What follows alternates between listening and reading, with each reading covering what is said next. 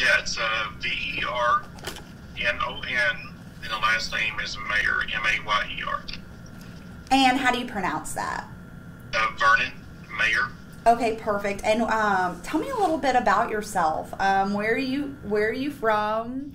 Kind of talk to me about those Arkansas connections you have. Well, I grew up around Ward in the Cabot area. I was born in Conway, and then I was a class of '93 from Cabot High School. And so I've lived in and around Arkansas my entire life until I moved to California. And so I was I actually lost my home in 1999 from the tornadoes in BB. And so I lived in BB for a while, but basically the Cabot Ward and BB area until I moved to California. And you used to be in you are in law enforcement there, or Yes. you were kind of talk to us about your background there and how it took you to California, how you ended up there. I ended up moving to California. I had some relatives that lived out here and kind of wanted a little bit of a change. Unfortunately, now it's not really the change that I thought I was looking for due to what's happened, and everything that's been going on out here. But I worked in law enforcement for a long time. I spent 2.5 years as a jailer for the Lonoke County Sheriff's Office, and then about 5.5, 6 years on the road as an officer for the BB Police Department. And then I went into dispatching and was dispatching for the North Little Rock Police Department until I came to California, and then started working for a law enforcement agency out here. And I've been in law enforcement in California for almost 15 years. So I've been this would be, for me, this is year number 25 in law enforcement. Wow. So you've been out in California 15 years. Kind of talk to me. Have you ever dealt with anything like this, and what are you dealing with? Put it in terms. It's a lot of chaos. It's a hectic situation out here. You've got so many people that you're trying to get out of an area at one time. This fire, was traveling at a rate of 80 acres a minute when it first happened, and you can't even, you try to grasp the realism of that, but until you're actually in the situation, or your family is in the situation, such as my wife trying to get out of there. The fire, because of the winds, was moving so fast, that we've got people who unfortunately lost their lives inside their vehicle trying to get out of that area. We've got over almost 60,000 people that are currently evacuated, and we've lost almost 7,000 homes, and over almost 400 businesses have been lost. Have you had to work during all this? I was actually away at training, and so working off and on, coordinating efforts with other agencies and my own agency as well. My wife is also a member of the California Conservation Corps, which is integrated with the fire department. So basically for us, it's trying to establish what we're going to do, where we're going to go.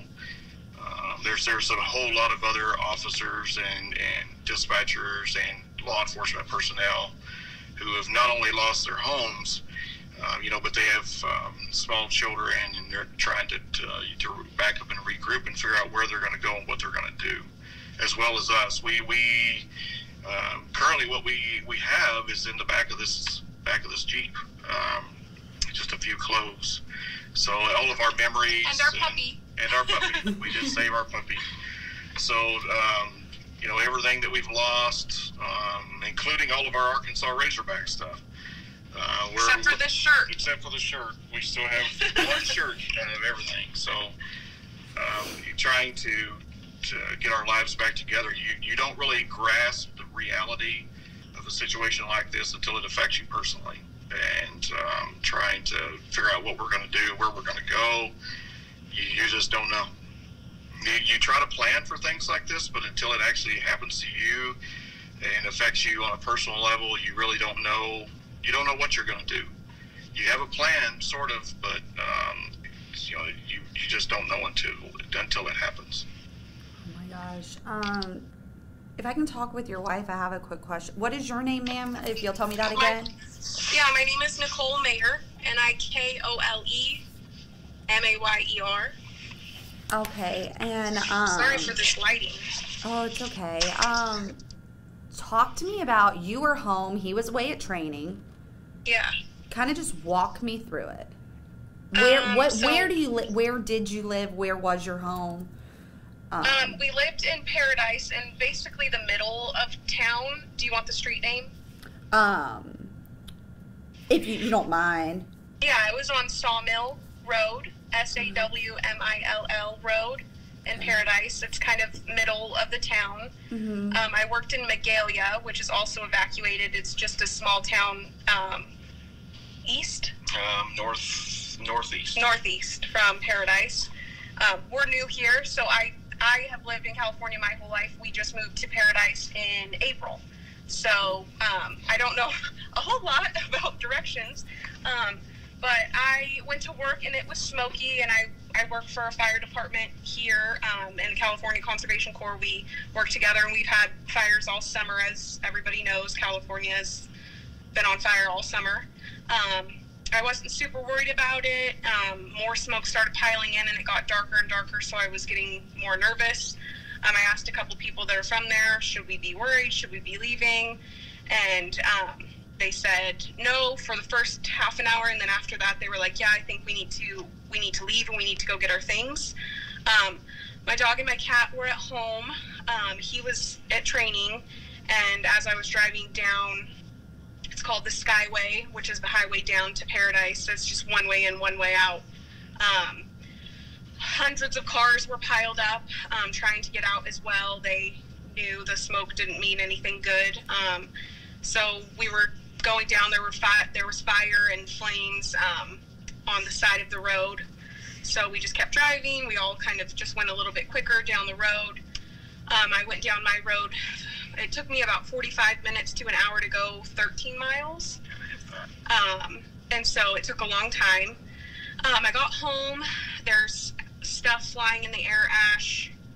Random explosions are happening. You don't really know what is flying around. I just know that it was black and burnt. I got my cat and my dog in the car in their kennel. I shoved them all in one kennel, poor things, so I had to go together. I got a few clothes, our important file full of our social security and birth certificates and important things like that, and I took off. It took me about another hour to get down to Chico, which is about 15 miles away from our home. And I was finally in the safe zone. It was just so chaotic and crazy dealing with everybody trying to get out all at one time. But it's to be expected. I think that law enforcement and fire did the best job that they could with how quickly the fire was moving. We're very sad that people have lost their lives. I can't imagine. I'm just so thankful that we didn't. You both have jobs, one, working a fire department, the other law enforcement, and then you have your personal life. Yeah. Yeah. How are you doing it? What is your day like? Can you walk me through what your day's been like so far today? It's pretty, well, we're staying in a hotel, so you can't really. Yesterday we went and looked at RV parks, trying to figure out a safe area that we could possibly park an RV or a trailer, just so we have a semi-permanent home to live in until we can get everything figured out. In the meantime, we need to go back to work. We don't currently have an RV or trailer, but it's like something where maybe that's an option. The hotels around here are full, so we don't want to leave the hotel, but maybe there's an RV park or something where, we could borrow an RV from somebody and park one somewhere. Because the problem that we're having now is with so many people evacuated, all of the rentals, RV parks, everybody's full. There's nothing. And so we're staying in a hotel about an hour and a half drive away from where we work. And that's with no traffic. So an hour and a half in California is going to take you about 2.5 hours with traffic. So it's we right now it's us and 2 pets and a few clothes in a hotel, and trying to figure out what we're going to do and where we're going to go. And right now everything is unknown. We just don't know. One of the first things you talked to me when I was talking with you, Vernon, was you brought up Razorbacks. In the Yes. middle of all this, you've lost your house. You're driving an hour and a half to 2 hours to get to work. You're living at a hotel. And you're talking about your Razorback memorabilia. You are an Arkansan, aren't you? Yes. I'm even though they're not doing so great this year. I have always been a Razorback fan. I will support the guys on the hill, until I'm no longer here. They were represented at our wedding last year. Yes. We had Arkansas Razorback cake toppers, and we flew the Arkansas Razorback flag at our wedding. So we're devoted to our Razorbacks. So we love them, and we lost a lot of memorabilia, and you can't buy. Unfortunately, California doesn't sell Arkansas Razorback stuff. We need to come back. Get So some. we'll have to. We lost everything that we had, and we had a lot of Razorback stuff, but it's all gone now. So unfortunately. I have photos. I can send them to you. I'm just saying, I'm like, of all things to think about, you're thinking about your Razorbacks. That just shows some dedication. You're a fan. You're a fan. Yes, very much so. What are you asking people? What can people here in Arkansas do to help people out there? What we're doing right now is just asking for assistance. Everybody lives from day to day, and you have your monthly expenses and that type of thing. And when a disaster like this hits, getting assistance from different programs and stuff like that take a long time sometimes to kick in. The problem that we're having right now is this fire is still active. There's a lot still going on out here. We're at 109,000 acres with only 25% containment. The entire town of Paradise where we live is so dangerous that the public can't even go back in there, and it will probably be around November 30th to December 1st before they even think about letting people back in there. The entire town is shut off. So everybody's insurance adjusters. If you have insurance, you can't. They're not going to be able to do anything until they can inspect. Yes. So we're just asking. I've never asked for help before. Neither one of us have. We're in a tight spot, as well as a lot of people out here. And so what we don't need, or once we get back, get a house and get back on our feet, what we don't need, I know a lot of other officers or law enforcement personnel who need assistance as well.